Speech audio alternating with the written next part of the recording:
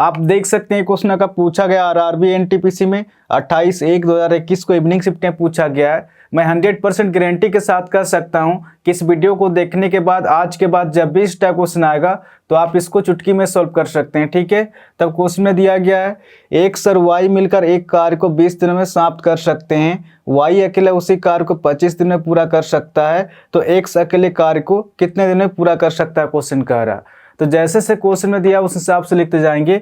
X और Y मिलकर एक कार्य को 20 दिन में समाप्त कर सकते हैं। एक्स प्लस वाई किसी काम को 20 दिन में पूरा कर सकते हैं। आगे आपको क्वेश्चन में दिया गया है वाई अकेले उसी कार्य को 25 दिन में पूरा कर सकता है। वाई अकेले उसी कार्य को 25 दिन में पूरा कर सकता है। आप देख सकते हैं क्वेश्चन में कहीं पर भी काम नहीं दिया गया, तो आप काम को कुछ ही मान सकते हैं अपने हिसाब से।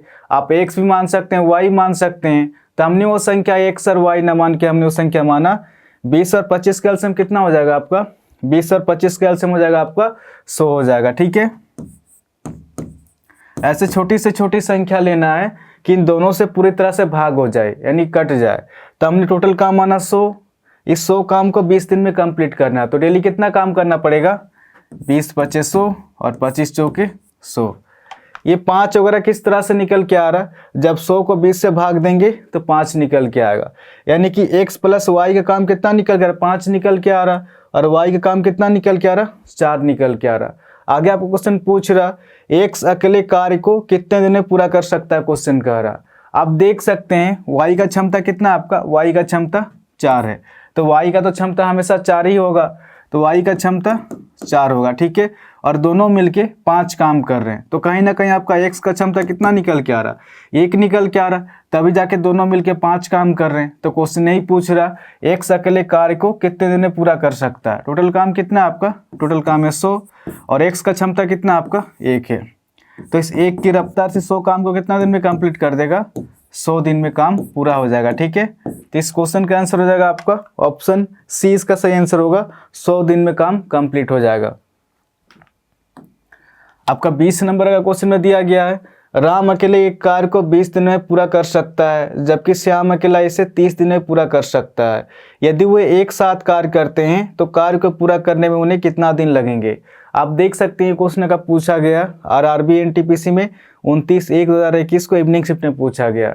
तो जैसे से क्वेश्चन में दिया उस हिसाब से लिखते जाएंगे। राम अकेले एक कार्य को 20 दिन में पूरा कर सकता है।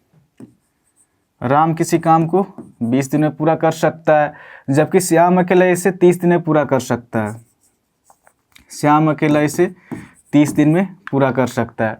आप देख सकते हैं क्वेश्चन में कहीं पर भी काम नहीं दिया गया, तब काम को कुछ ही मान सकते हैं अपने हिसाब से।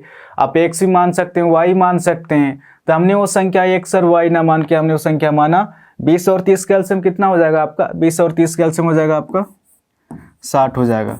ऐसे छोटी से छोटी संख्या लेना है कि इन दोनों से पूरी तरह से भाग हो जाए यानी कट जाए। तो हमने टोटल काम माना 60।